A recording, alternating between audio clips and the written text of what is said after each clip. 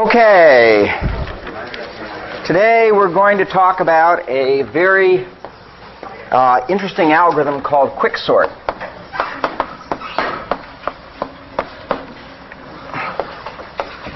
Which was invented by Tony Hoare in 1962. Okay? And it has ended up being a really interesting algorithm from many points of view. And because of that, it turns out today's lecture is going to be both hard and fast.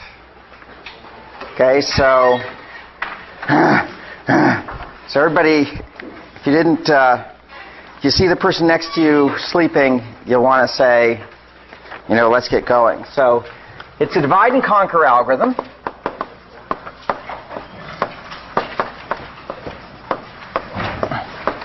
And it sorts, as they say, in place, meaning that it just rearranges the elements where they are. So that's like insertion sort rearranges elements where they are. Merge sort does not. Merge sort requires extra storage in order to do the merge operation. Okay? To merge in linear time in place, it doesn't merge in place in linear time. It doesn't do it just by rearranging. So it's nice because it's in place, so that means that it's fairly efficient in its use of storage. And it also happens to be very practical. Okay, if you tune it a bit. Okay, the basic algorithm turns out if you just implement that, it's not necessarily that efficient, but if what you do is then do the standard kinds of things you do to goose up the runtime of something, and we'll talk a little bit about what those things are, then it can be very, very practical. So it uses divide and conquer paradigm.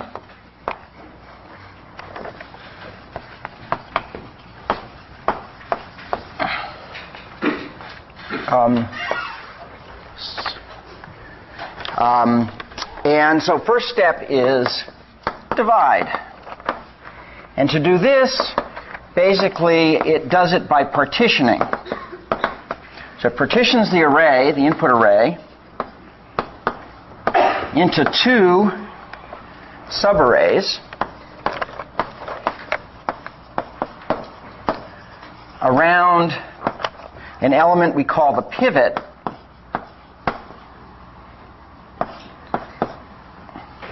such that elements in the lower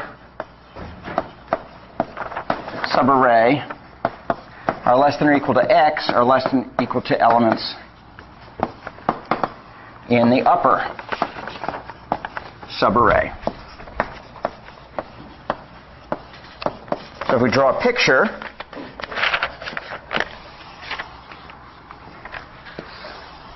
of the input array, so this partition step basically takes some element x, and everything over here is less than or equal to x after the partition step, and everything over here is greater than or equal to x.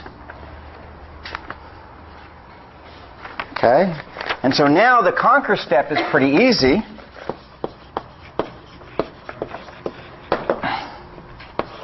You just recursively sort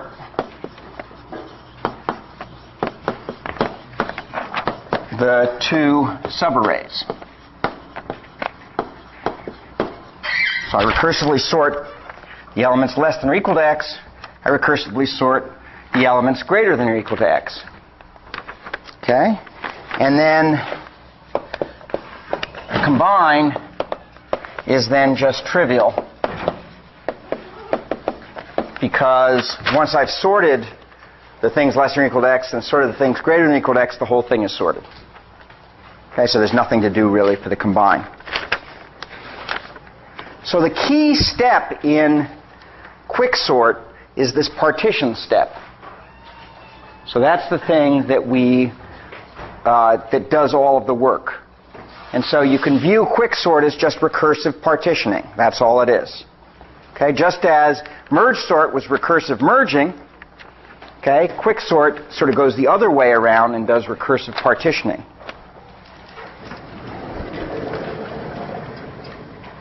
So the key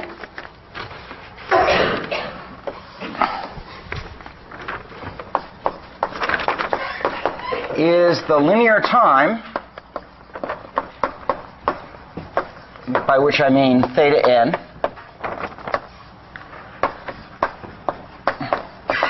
partitioning, subroutine. And here's some pseudocode for it. This is actually slightly different from the book. So the book has one. In fact, there's a nice problem in the book that has even a different one.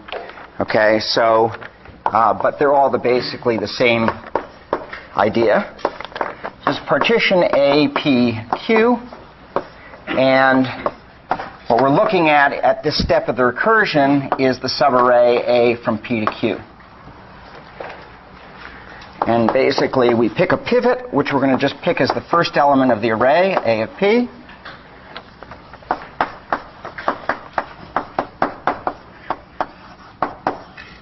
And the book, just for your information, uses A of Q. But I use A of P. Doesn't really matter. Okay? And then we set an index to P, and then we have a loop.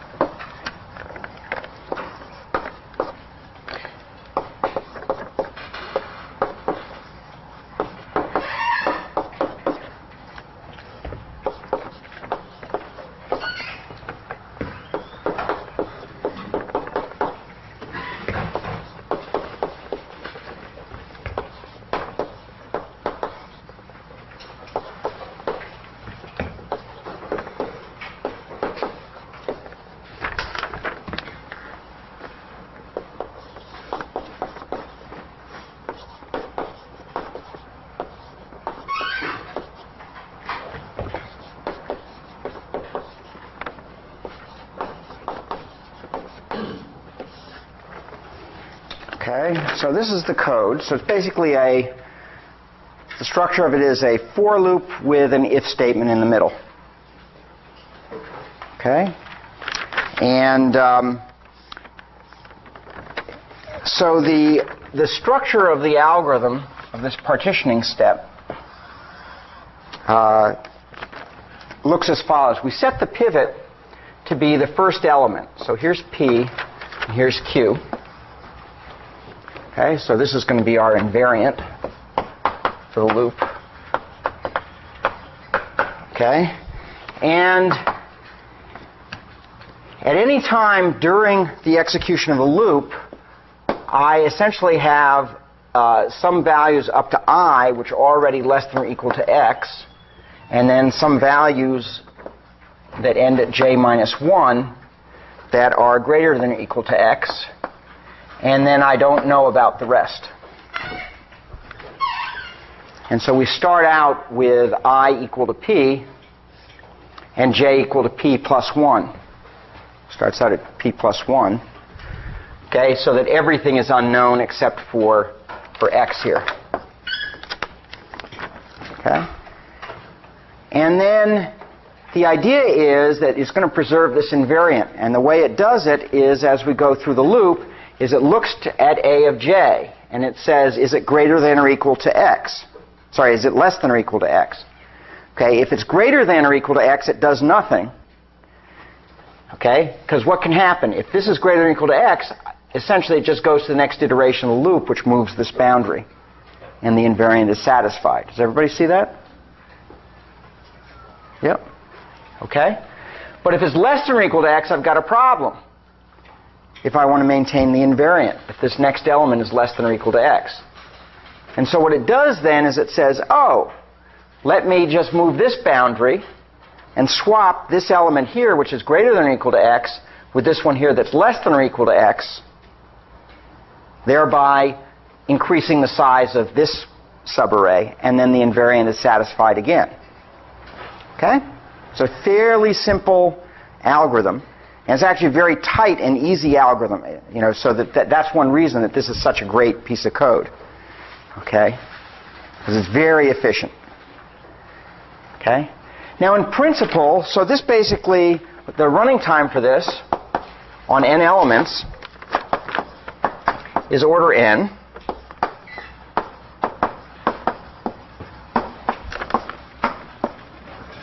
Okay? Because I'm basically just going through the n elements and just doing a constant amount of work. And then just a constant amount of work outside. So this is a clever piece of code. In fact, in principle, partition is easy, right? Okay, if I weren't worrying about doing it in place, it's really a pretty easy thing to do. I take an element, I just compare every other element with it. Throw one into one bin, one into the other. That's clearly linear time. Okay, but often what you find is that just because you can do it that way theoretically doesn't mean that that's going to end up giving you good code. And this is a nice piece of code that allows you to do it in place. Okay, and that's one reason why this is a particularly good algorithm, because the constants are good. Okay, so yes, when we do asymptotic analysis, we tend to ignore the constants, but when you're actually building code, you care about the constants. Okay? But first, you care much more than just about the constants is whether overall it's going to be a fast algorithm. Okay, let's go through an example of this. Guess I'll do it over here, just so we get the gist. So here's a sample array that I've created out of whole cloth. Okay, and here we're going to set x, the pivot, to be 6.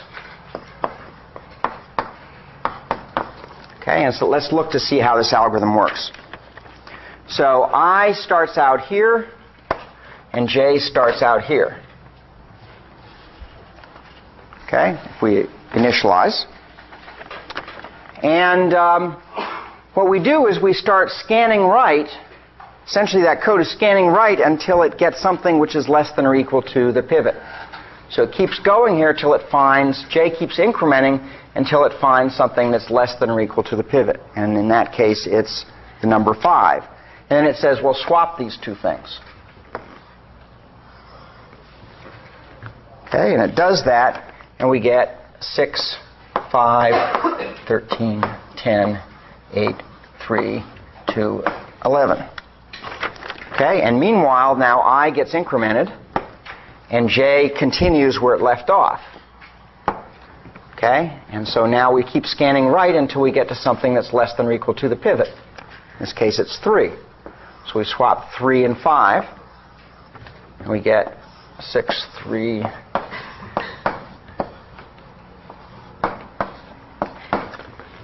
Okay, and now at this step, we increment I, we start j out here, and in this case, right off the bat, we have something which is less than or equal to x.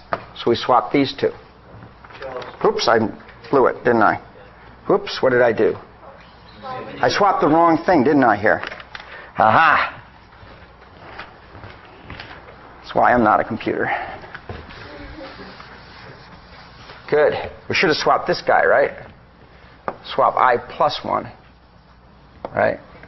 So this was I. We swap I plus 1. Good. So, that's all wrong. Let's swap the right things. So now we get 6, 5, 3, 10, 8, 13, 2, 11. That even corresponds to my notes for some strange reason. Okay? So this is I, and now this is j. Okay? And now when I look, I immediately have something that's less than or equal to the pivot. So we swap this and I plus 1. So now we have 6, 5, 3, 2, 8, 13, 10, 11. Okay, and we, at that point, increment I to here. And we have j now going here. and j runs to the end. Okay, and the loop terminates.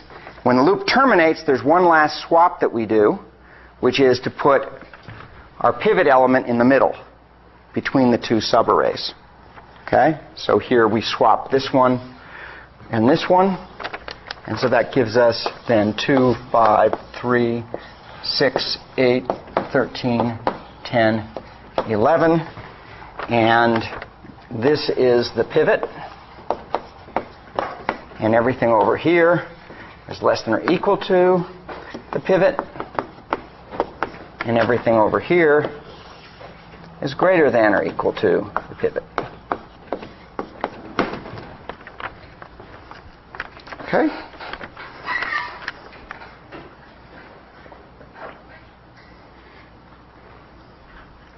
Okay, so the quicksort routine, once we have this partition routine, quicksort is a pretty easy piece of code to write.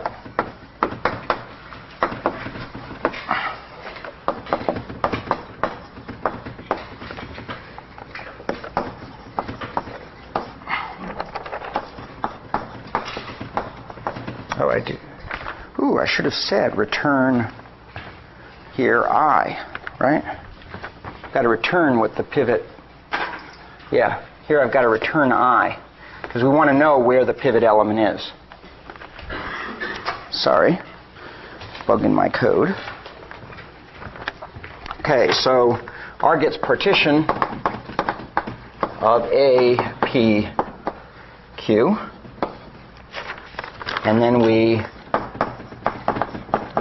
quicksort A, P, R minus 1, and quicksort of A, R plus 1, Q.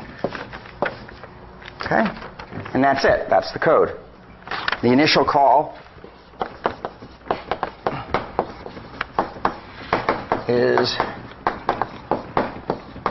quicksort of A1N. Okay? Because once we've partitioned, we just have to quicksort the two portions, the left and right portions.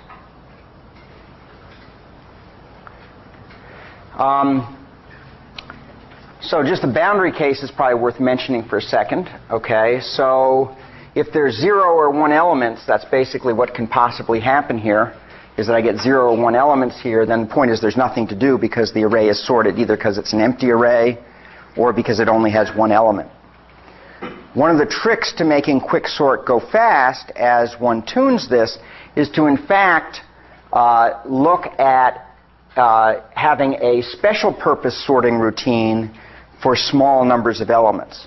So, for example, if you get down to 5 elements, having some straight line piece of code that knows how to sort 5 elements efficiently, as opposed to continuing to go through recursion in order to accomplish that. And there are a variety of other things. This is a tail recursive code, and so you can use certain tail recursion optimizations. And there are a variety of other kinds of optimizations that you can use to make this code go fast. So yeah, you can tune it up a bit beyond what's there, but the core of it is this efficient partitioning routine. Okay.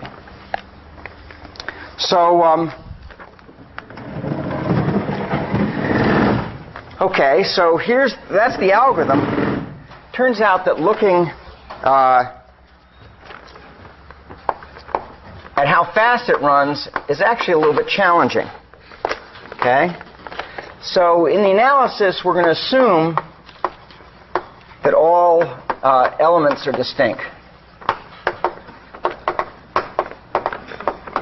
Okay? It turns out that this particular code does not work very well when you have repeated elements. But Hoare's original partitioning routine is actually more efficient in that case if there are duplicates, okay, in what you're sorting. I encourage you to look at that, but it's got a more complicated invariant for partitioning routine, but it does a similar kind of thing. It's just a bit more complicated. Okay.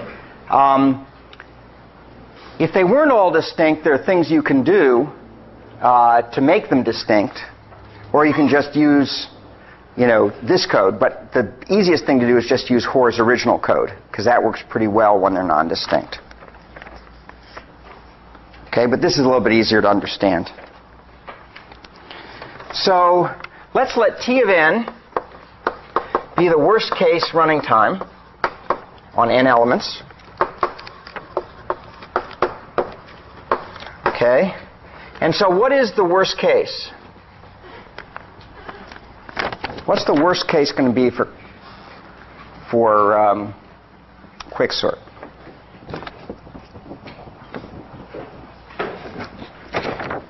Yeah. You always choose a pivot where everything is greater than or less than. Yeah, that's right. If you always pick the pivot and everything is greater than or everything is less than, you're not going to partition the array very well. And when does that happen? What's the original input look like that makes that happen? It's already sorted. Yeah, if it's already sorted or reverse sorted. Okay, so if the input is sorted,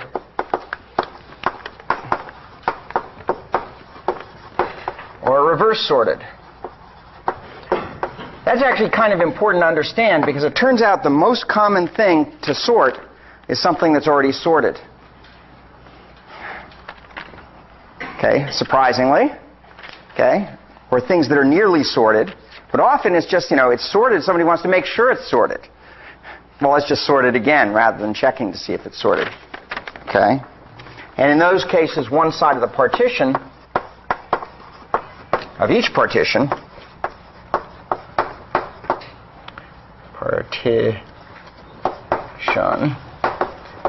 has no elements.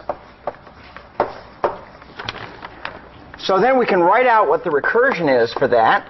So if T of n, if one side has no elements, we're going to have T of 0 on that side, and on the other side we're going to have T of n minus 1. So that we're just writing out the recursion for this. Okay? So one side has no elements, the other side has n minus 1 elements, and then the partitioning and all the bookkeeping and so forth is order n. Okay? So what is T of 0?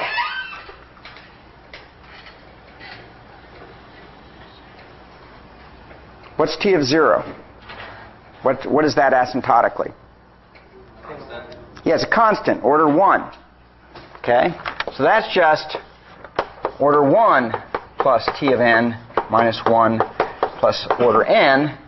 Well, the order 1 can be absorbed into the order n, so this is really just saying it's T of n minus 1 plus order n. And what's that equal to? Yeah, that's order n squared. Okay, order n squared. Why is that order n squared? Yeah, it's an arithmetic series. Okay?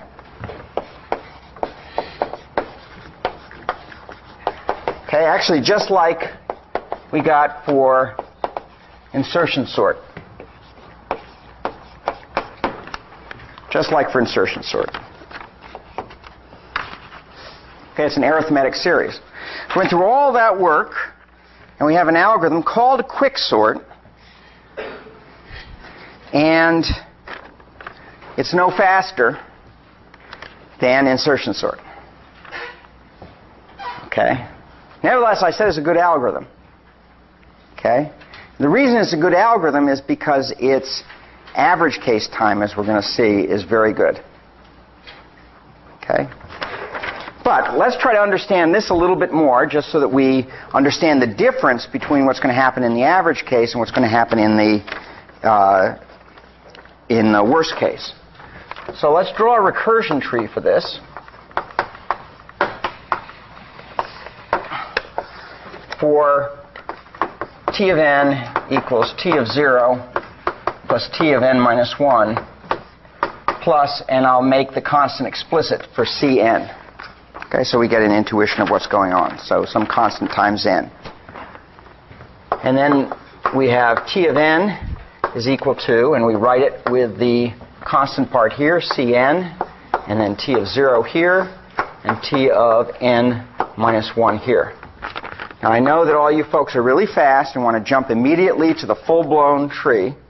But let me tell you, my advice is that you spend just a couple minutes writing out. It only costs you, since the tree grows exponentially, it only costs you a constant overhead to write out the small cases, okay, and make sure that you've got the pattern that you're developing. So I'm going to go one more step. So here we have t of 0, and now this becomes this becomes c times n minus 1, and now we have another t of 0 over here, and t of n minus 2. And we continue that, dot, dot, dot, until we get to, so that's all equal to Cn with a t of 0 here, c times n minus 1 with a t of 0 here, c of n minus 2, okay, t of 0 here. And that all the way goes down till we end up with order 1 down here. Okay? So what's the height of this tree?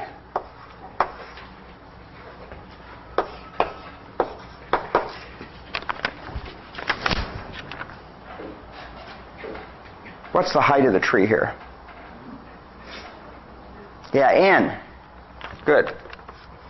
Okay? Because every step, we're just decrementing the argument by 1.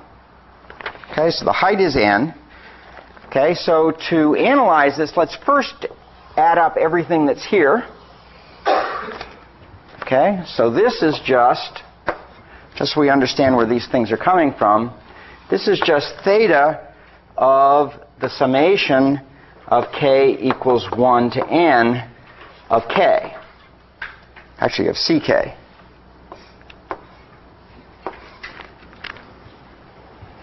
Okay? So that's what's in there, and that's equal to order n squared. So that's where our arithmetic series is coming from. So that's order n squared. Okay? And then all of these things here are all theta 1s.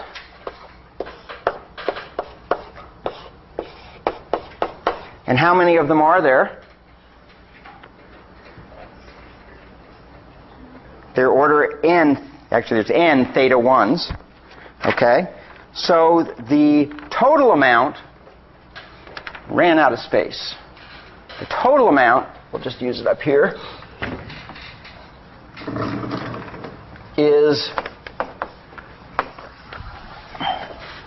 t of n equals theta of n plus theta of n squared, and that's just equal to theta of n squared. Okay? So just to see what the structure is in terms of the recursion tree. Okay? It's a highly unbalanced recursion tree. Now I'm going to do something that I told you you should never do, which is we're going to do a best case analysis. Okay? So this is for intuition only. And in general, we don't do best case analysis. It doesn't mean anything. Unless we get some intuition for it, maybe. But basically, it means nothing mathematically because it's providing no guarantee.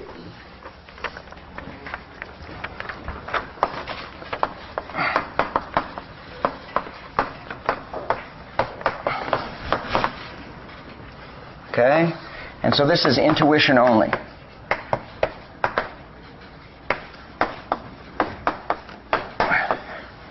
Okay?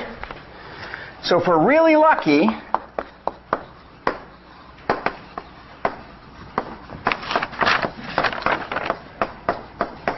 what happens for partition? What's going to be the lucky case?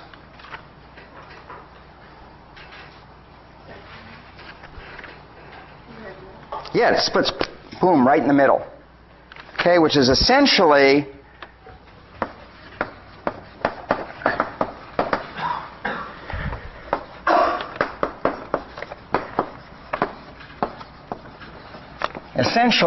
n over 2 to n over 2.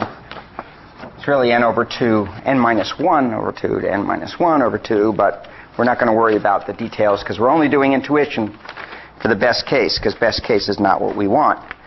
So if that happened, what's the recurrence that I get? Imagine it split it exactly in the middle every time.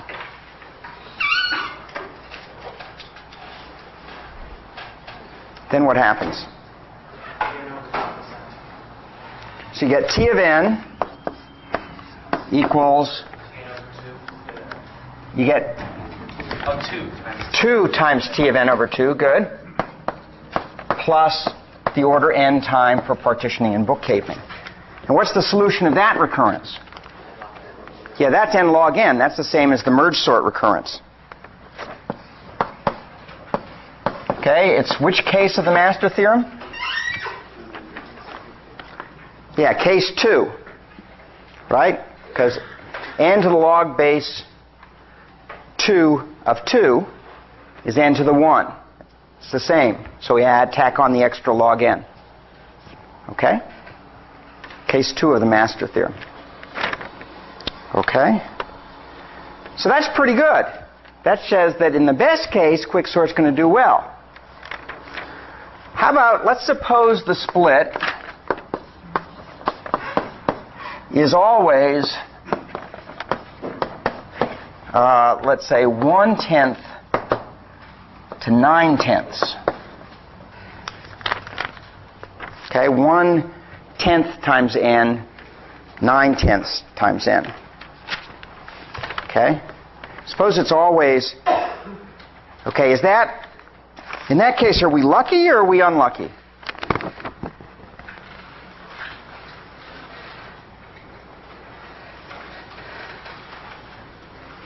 I mean, if the split is really skewed, we're clearly going to be unlucky. Right? Because then it's, say, 1 to n. If it's really in the middle, it's n log n. What do you suppose it is if it's 1/10 to 9/10? Is that lucky or unlucky? Who thinks, we'll have a little democracy here. Okay? Who thinks that that's a lucky case? Okay, you know there's going to be fast running time. And who thinks it's an unlucky case? Okay, so we have some brave soul. And who didn't vote? Oh, come on. Come on. Come on. Put your... It's always better, by the way, to say yes or no and be right or wrong, because then you have some emotional commitment to it and you'll remember better. Okay, rather than just sitting and being quiet. Okay, you don't manipulate your own emotions well enough to remember things well. So those people who voted win over the people who don't vote, whether they're right or wrong. Okay. So let's take a look. So here's the recurrence. T of n is equal to T of 1/10 n plus T of 9/10 n plus theta n, and we'll assume that this is this part here is less than or equal to some Cn. Okay, in order to analyze it. So we'll just do a recursion tree for this and see. So here's the recursion tree.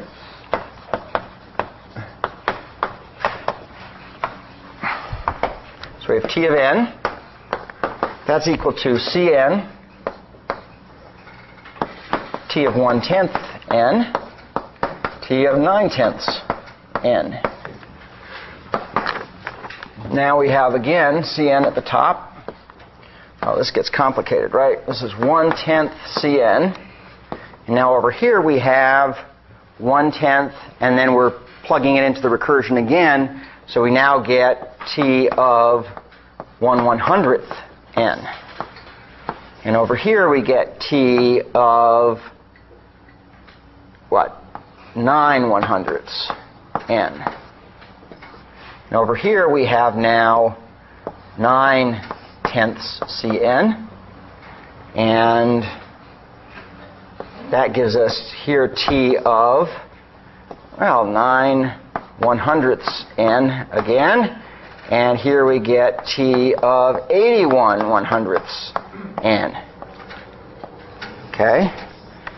And we keep going on. Okay? So that's equal to Hope we're going to be able to fit this.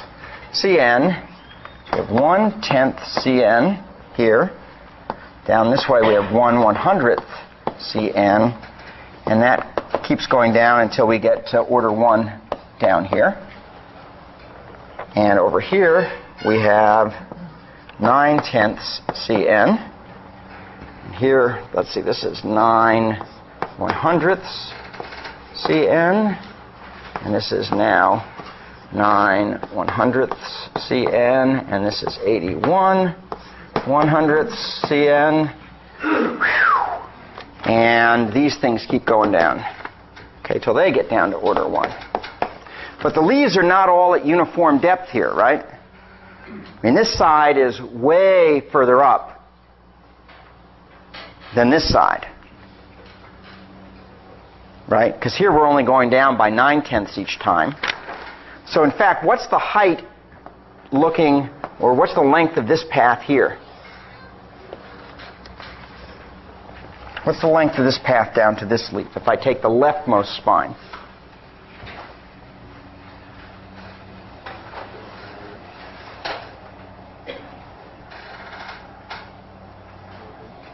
Somebody raise a hand? Yeah. Log base 10 of n. Okay, log base 10 of n. Okay, because I'm basically cutting down by a factor of 10 each time, and how long does it take me to reduce it to 1? That's the definition, if you will, of what a log is. Okay, log base 10. Okay, what's this one? What's this path going that way?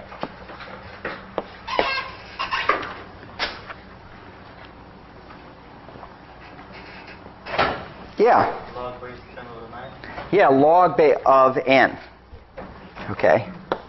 Log base 10 over 9 n. Because we're going down by 9/10 each time. Okay, once again, essentially the definition of n. And everything in between there is somewhere between log base 10 of n and log base 10/9 of n. Okay? So everything is in between there. So now what I can do is do the trick that we did for merge sort in looking at what the evaluation of this is by adding up what's the cost of the top level. So that's just Cn. And what's the cost of the next level? Cn. And what's the cost of the next level? Cn. Okay? So every level we're still doing the same amount of work. Okay? And we take that all the way down. Okay? And the last levels, eventually we hit some point where it's not equal to Cn, where we start getting things that are less than or equal to Cn, because some of the leaves start dropping out.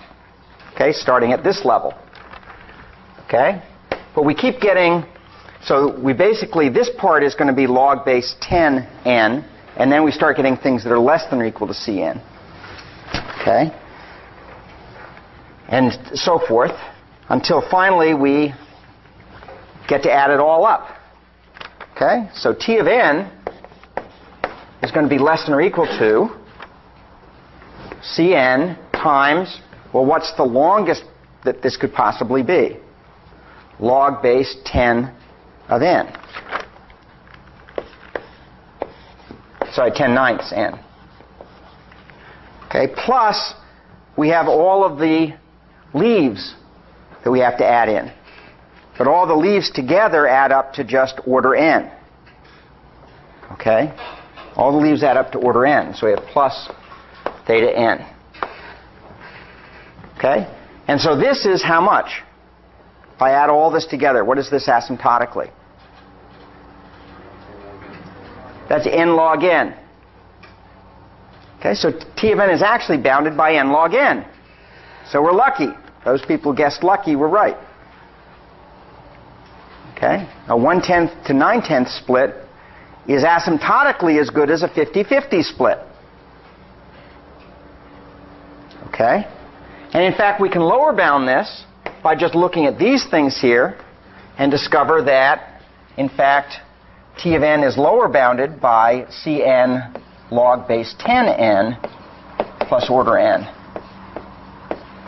And so T of n is lower bounded by also asymptotically n log n. So T of n is actually theta of n log n. Now this is not really a proof. I generally recommend that you don't do this kind of thing to do a proof. This is a good intuition, recursion trees. The way you prove this is what? Substitution method. Good. Okay, so what you do is use this to get your guess, then use substitution method to prove that your guess is right. Because it's too easy to make mistakes with this method. Okay, it's very easy to make mistakes. With substitution method, okay, it's harder to make mistakes. Okay, because there's just algebra there that you're cranking through. So it's easier to verify rather than dots and trees that you drew improperly and wrote in wrong amounts and so forth. Okay? Okay? So this is n log n, so that's pretty good. So it's order n log n, and we're lucky. Okay. So now let's try another one. Suppose, this is all for intuition, because I'll tell you, by the time we get to the end of this class, you folks are going to be bolting for the door. Okay, because we're going to do some good math today, actually. It's actually fun math, I think, but it is challenging. So if you're not awake, you can still sleep now. I'll tell you when to wake up. Okay? So, one more bit of intuition. Suppose that we alternate steps. Suppose we do the partitioning thing, and it happens that we start out lucky, and then we have a partitioning step that's unlucky, and then we have a step that's lucky, and a step that's unlucky. We do that all the way down the tree. Okay, so suppose we alternate.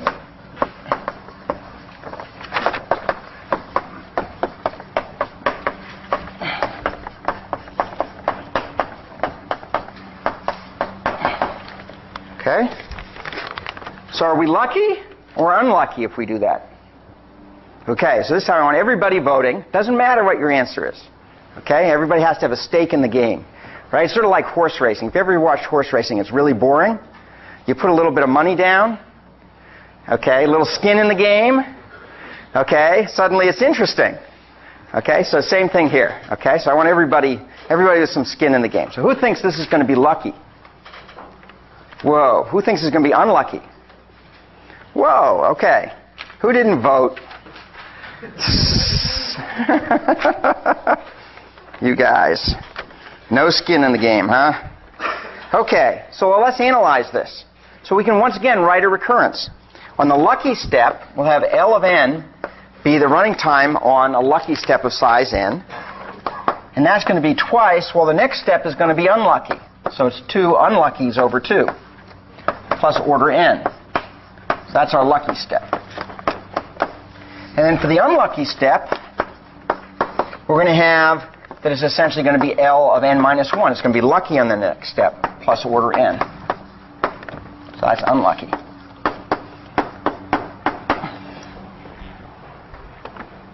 Okay? So see how I've described this behavior with a system now of recurrences, okay, that are dependent, where the boundary cases, once again, which aren't unstated, is that the recurrences have a constant solution, okay, with constant input. Okay? So now we just do a little bit of algebra using substitution. L of n is then equal to, well, I can just plug in for u of n over 2, plug in the value of u of n over 2. And that gives me 2 L of n over 2 minus 1 plus theta n plus theta n. Okay, so see what I did here? Okay, it's simply plugged in for u of n over 2, I plugged in this recurrence. In fact, technically, I guess I should have said here theta of n over 2, just to make the substitution more straightforward. It's the same thing, but just to make it, not to skip a step. Okay? Not to skip a step. Okay, so that we can now crank through, and that's 2 L of n over 2 minus 1 plus, and now I have 2 theta n over 2's plus another 1. So all of that is just order n. And what's the solution to that recurrence? N log n.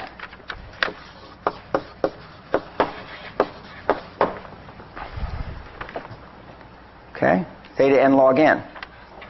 Everybody see that?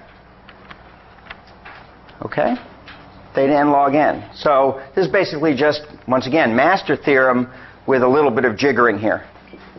Okay, that -1 is only going to help us actually in the solution of the master theorem.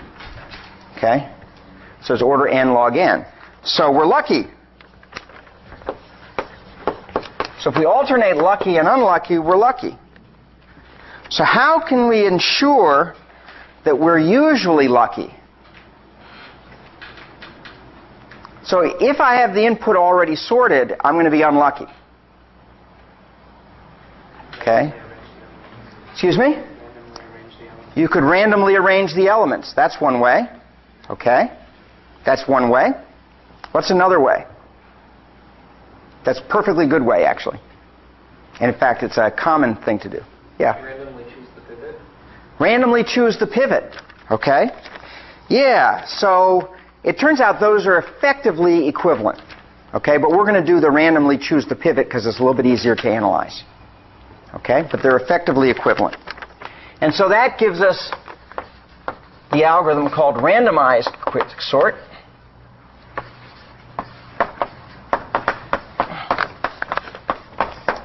Okay, and the nice thing about randomized quicksort is that the running time is independent of the input ordering. Okay, very much for the same reason that if I just scrambled the input, it would be independent of the input ordering. Right? If I randomly scramble the input, then it doesn't matter what the order of the input was. Whereas original quicksort has some slow cases, input sorted or reverse sorted, and some fast cases. Okay, in particular, it turns out that if it's random, it's going to be pretty fast. Okay, if I actually randomly scramble the input or pivot on a random element, okay, it doesn't matter what the input was. So if you were competing, one way to think about this is with an adversary. Okay, imagine your adversary. You're saying, I have a good sorting algorithm. And he says, I have a good sorting algorithm, and you're trying to sell to a single customer. And the customer says, okay, you guys come up with benchmarks for each of your algorithms. And you get to look at his algorithm. Well, you look and you say, oh, he's using quicksort. I'll just give him something that's already sorted. Okay, that's what you could do to him. If you had quicksort, he would do the same thing to you. Okay, so how can you defeat him? Well, one way is with randomization. Okay, big idea in computer science. Okay, use random numbers. Okay, so the idea here is if I permute the ordering at random, as one suggestion, or I pivot at random places, okay, then the input ordering didn't matter. And so there's no bad ordering that he can provide that's going to make my code run slowly. Now, I might get unlucky, but that's just unlucky in my use of my random number generator. It's not unlucky with respect to what the input was. What the input was didn't matter. Everybody follow that? Okay? So the nice thing about randomized quicksort is that it makes no assumptions about the input distribution.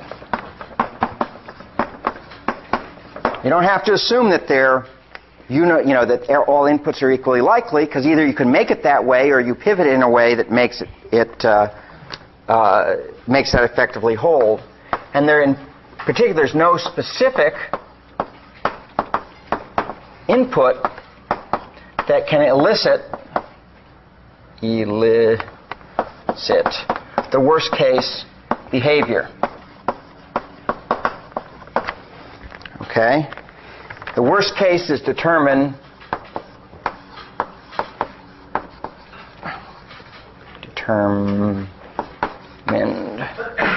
only by a number generator.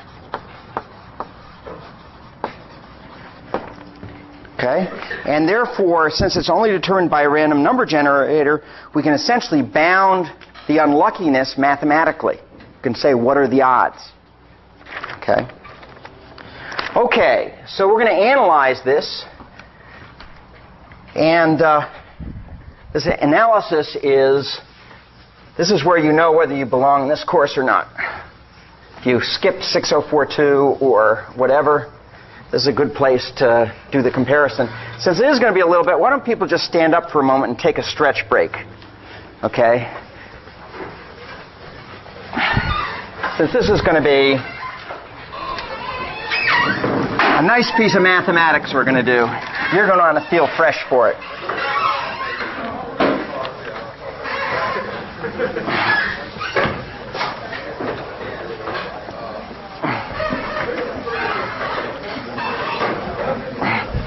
Okay. Stretch break is over.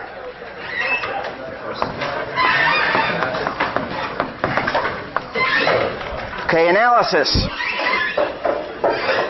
Good. I think we're going to make this. Okay. I'm sort of racing. There's a lot of stuff to cover today, so. Good. So let's let T of n now be the random variable for the running time. Okay, assuming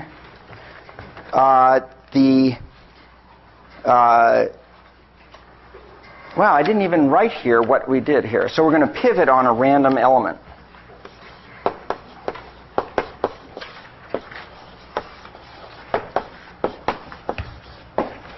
Okay, so that's the basic scheme we're going to do.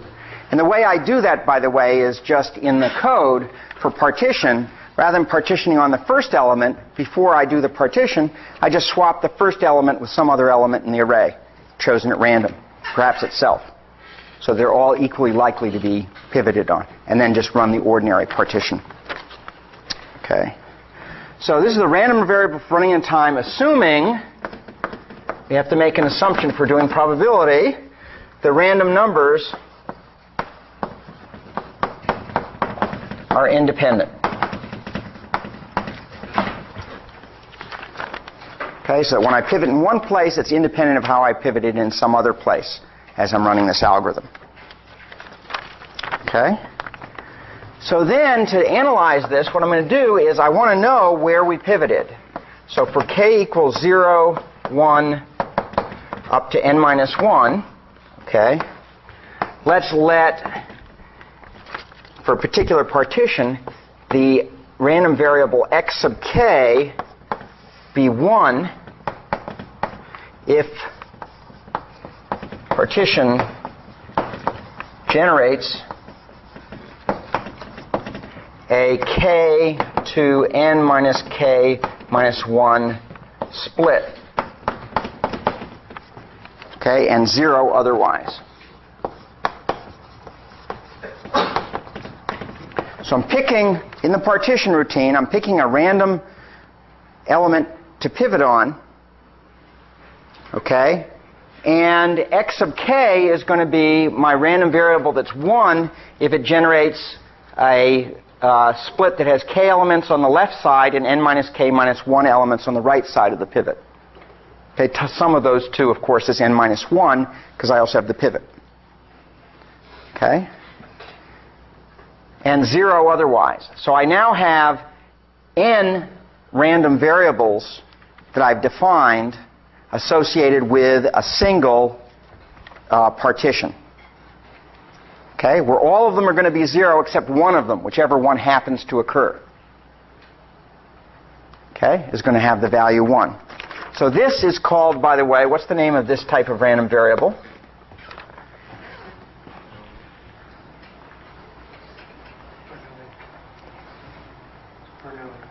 Bernoulli, or, well, Bernoulli has other assumptions. Okay, so, but, okay, it's an indicator random variable. Okay? Turns out it is Bernoulli, but that's okay. It's an indicator random variable. Okay, it just takes on the value 0, 1. And Bernoulli random variable is a particular type of indicator random variable, which it turns out these are. Okay? So that's an indicator random variable. Indicator random variables are a good way when you're trying to understand what the sum of a bunch of things is. It's a good way to break apart your big random variables into smaller ones that can be analyzed. Okay, so let's just take a look at this indicator random variable. What is the expectation of x sub k equal to?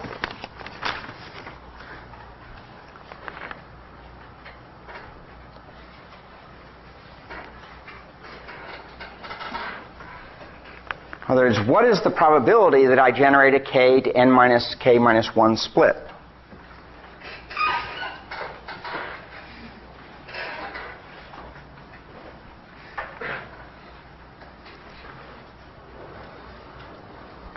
So x sub k is, let's just write out what that means, okay, just to refresh people's memory. That's 0 times the probability that x sub k equals 0 plus 1 times the probability that x sub k equals 1. Okay? Which is equal to, well, that's all 0.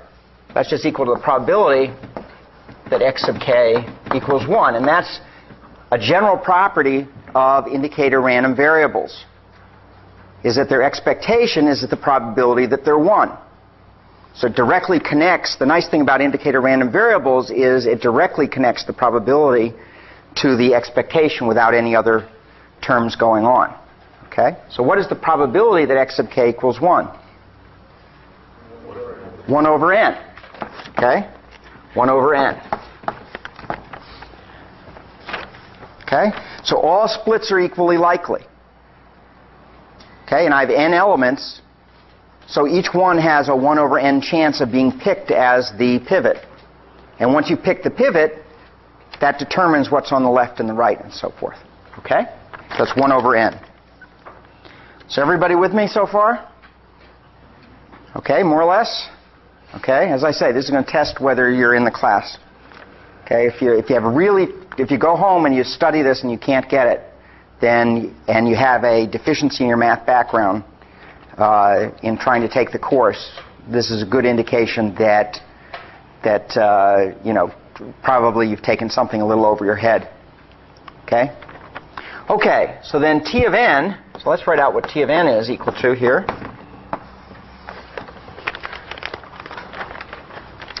So T of n is going to be equal to T of 0 plus T of n minus 1 plus theta of n if we get a 0 to n minus 1 split. Right? And it's equal to T of 1 plus T of 2, n minus 2 plus order n if we have a 1 to n minus 2 split. Okay?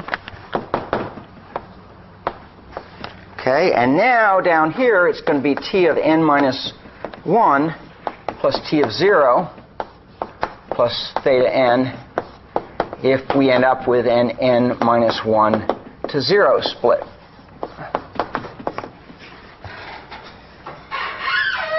Okay, so this is our recurrence for T of n. And unfortunately, this recurrence is kind of hairy because it's got n cases. And this is once again where the brilliance of being able to use indicator random variables comes in. Because we will be able to take this case analysis and reduce it to mathematics. Okay, so we don't have cases, okay, using indicator random variables. The way we do that, okay, is using the following trick of converting the cases into a summation.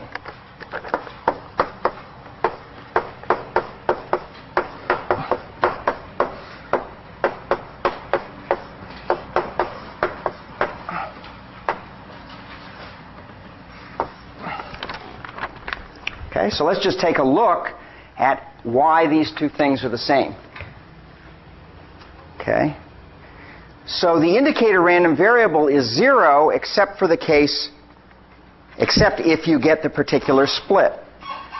So therefore, this summation is going to be 0 except for that k which actually appeared, in which case it's the value that we say it is.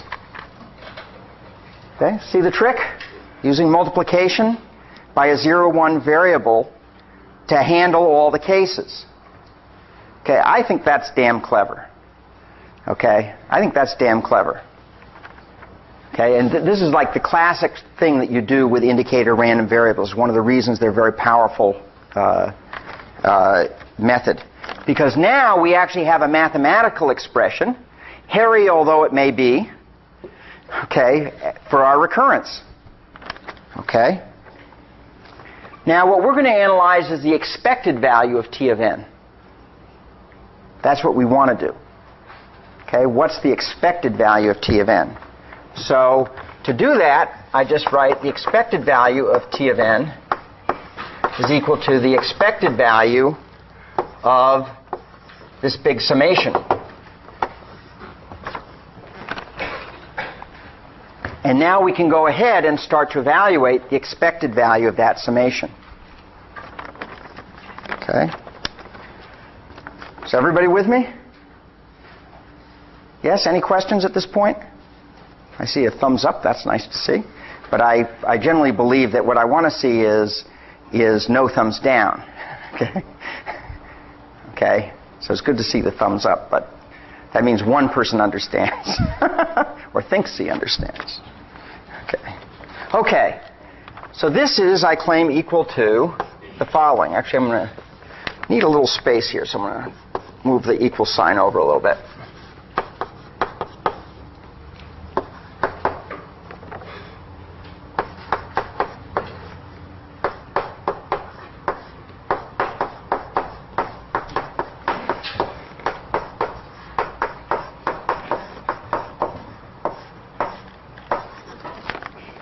Okay, so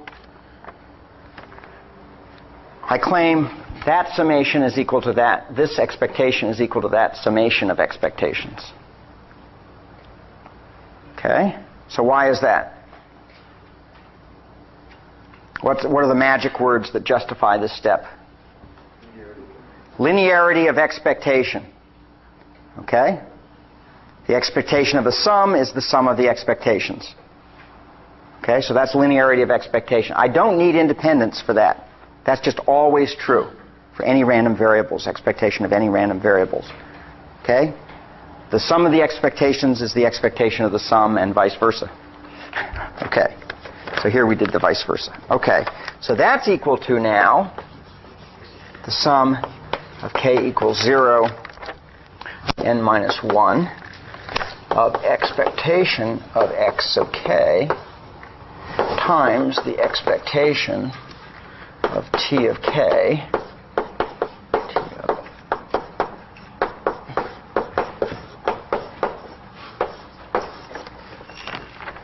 So why is that true? So what I've done is I've said the expectation of the product is the product of the expectations.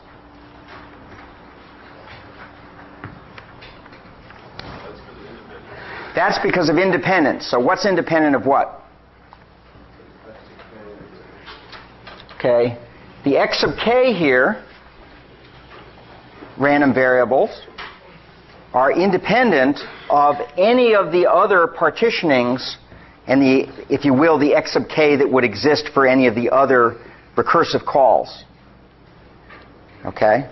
So whatever happens in here is independent of what happened there. Okay, so we're actually hiding, since we have a recurrence, we're not partitioning the same way each time, we have a different one. So we actually have something going on underneath the mathematics you have to pay attention to that the mathematics alone isn't really showing, which is that in t of k there's actually a set of random choices that are being made, if you will. Okay? And so you have to understand that those are independent of those, in which case we can multiply the probabilities of their expectations. Okay, everybody with me? Okay, so that's a big one. Independence of x of k from other random choices. Okay, that's equal to, now, well, first of all, this is nice. What's expectation of x of k? 1 over n. Okay, that actually doesn't even belong in the summation. We can just pop it outside. Okay, so I get 1 over n times the sum of k equals 0 to n minus 1 of expectation of t of k plus 1 over n summation k equals 0 to n minus 1 of expectation of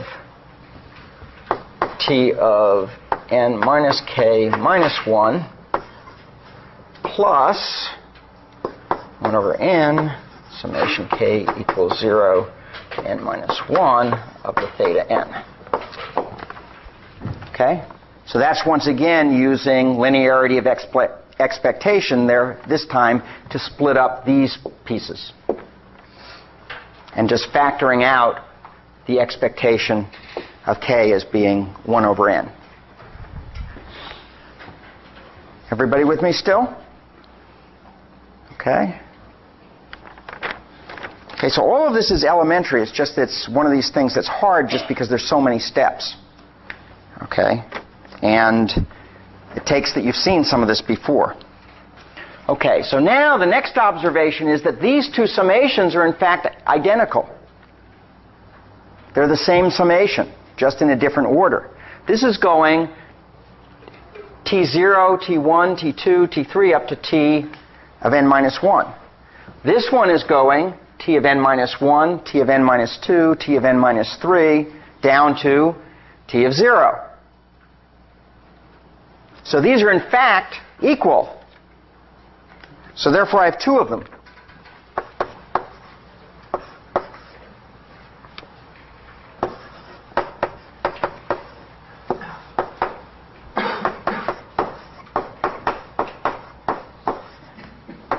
And then what's this term equal to?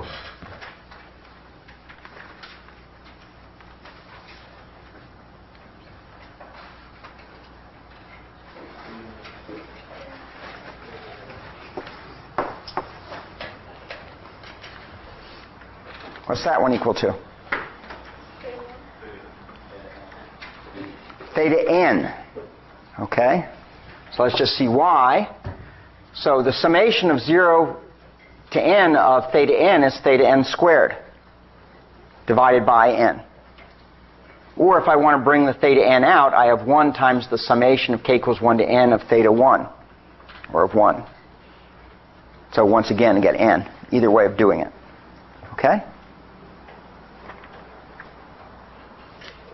Okay, so this is in some sense the, so this is because the summations have identical terms, and this is just algebra. Okay, so now what we're going to do is do something for technical convenience, because we're going to absorb the k equals 0 and 1 terms into the theta n for technical convenience. So we have a recurrence here where I have an order n. And if I look at the cases where k equals 0 or k equals 1, I know what the expectation is for 0 or 1. It's the expected cost is the worst case cost, most of the worst case cost, which is constant. Okay, because I'm only running it for, I'm only solving the problem for a constant size. And we know that for any of the boundary cases that our solution of recurrence, our assumption is that it's constant time. So I can basically just take those two terms out, and all that does is accumulate some more constant here in the theta n. It's going to make the solution of the recurrence a little bit easier. Okay? And if I do that, I get expectation of t of n is 2n summation k equals 2 to n minus 1 of expectation of t of k plus theta n.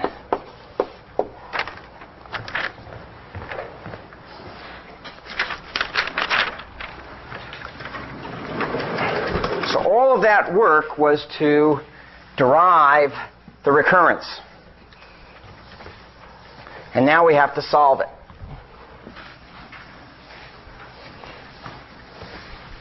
Okay, so just to review what we did, okay, we started out with a recurrence which was for the random variable, which involved a case statement. We converted that into some mathematics without the case statement, just with a product, and then we derived a recurrence for the expectation. Okay, and now we're in the process of trying to solve that recurrence. So we've done some simplification of the recurrence so that we understand what it is that we're going to solve here. Okay? By the way, I don't give things like this on quizzes. I do expect you to understand it. The elements of this you will find on a quiz. You know, this is a lot of work to figure out. Okay? This took smart people to do. Okay? Even though it's all elementary. But working out something like this, the elementary level, is still a bit of work even for somebody who's knowledgeable in this area.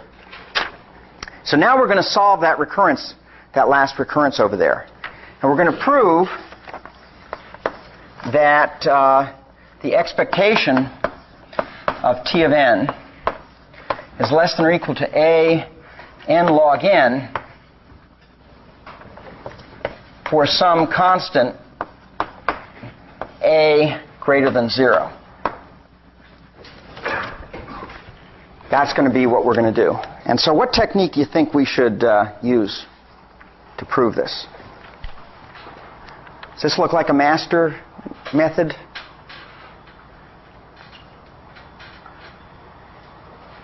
It's nothing like the master method. Okay, so when in doubt, do substitution. Okay? It's the granddaddy of all methods. Okay? So what we'll do is solve the base case by simply choosing a big enough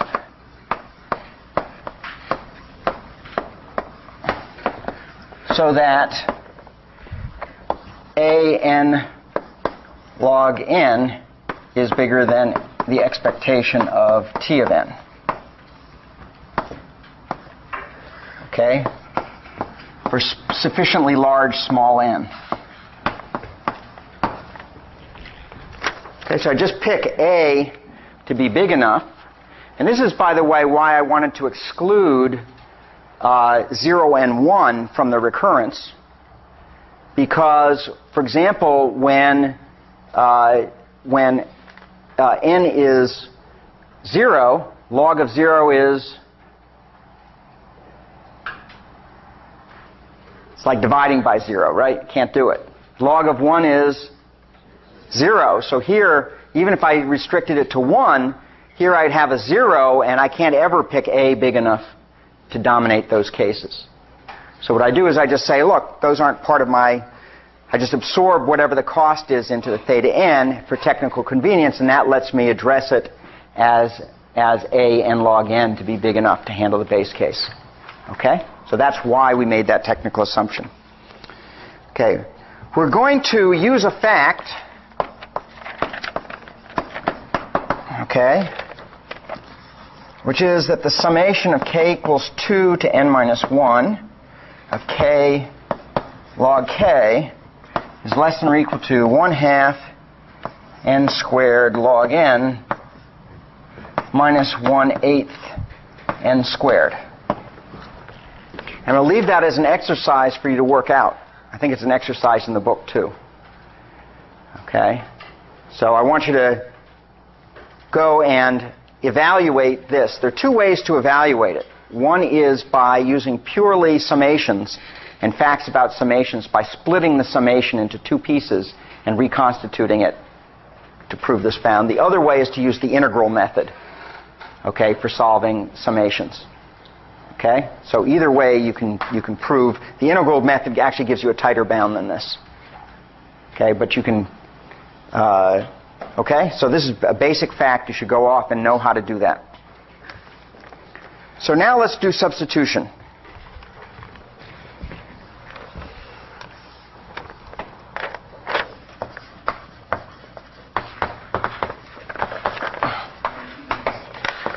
So the expectation of t of n is less than or equal to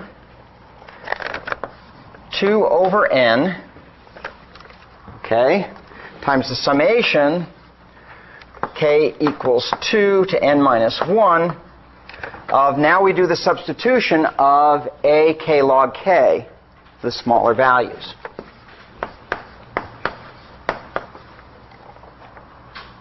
Plus theta n. I might mention, by the way, that the hard part of doing this, it's easy to get the bound without this term. Okay, it's easy to get this bound, 1/2 n squared log n.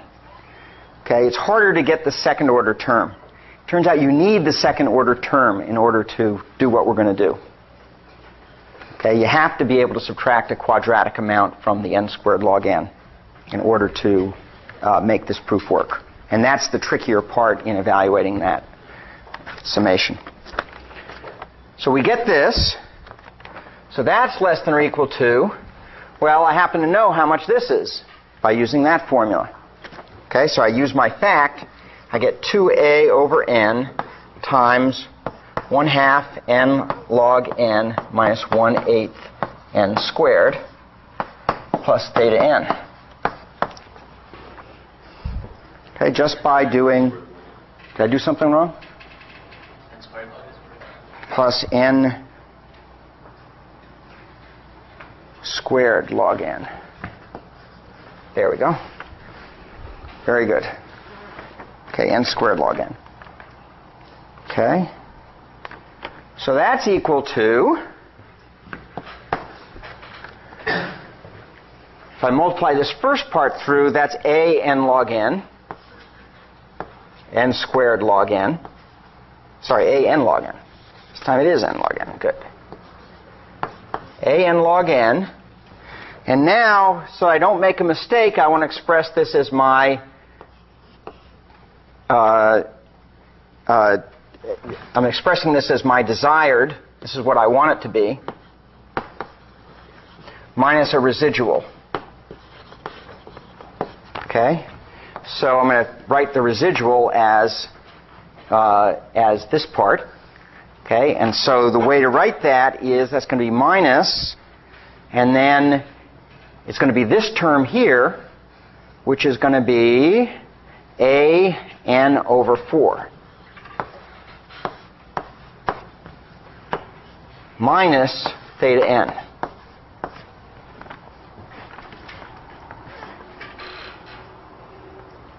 Okay?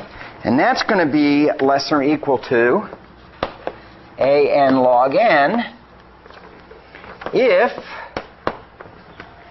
this part is positive.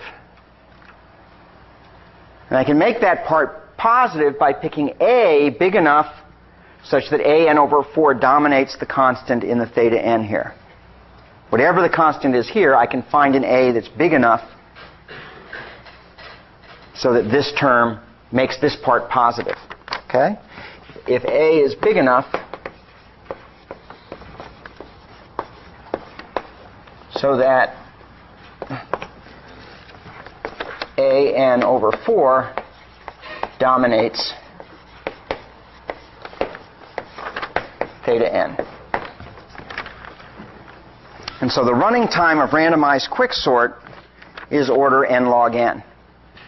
That's what we just proved. The expected running time is order n log n. Now in practice, quicksort is a great algorithm. Okay? It's typically 3 or more times faster than merge sort. Okay, so it doesn't give you the strong guarantee necessary of merge sort in being worst case n log n, but in practice, okay, if you use randomized quicksort, it's generally, as much as 3 times faster. It does require code tuning in order to get it up to be that fast. You do have to go and coarsen the base cases, okay, so that and do some other tricks there, but most good sorting algorithms that you'll find are based on quicksort. It also, one of the other reasons it works well is because it tends to work well with caches and virtual memory. So we're not really talking much about caching models and so forth. Big topic these days in algorithms. But it does work very well with caches in virtual memory. So it's another reason that this is a good algorithm to use. Okay? Good. So, good recitation, by the way, on Friday. We're going to see another n log n time algorithm, a very important one, in recitation on Friday.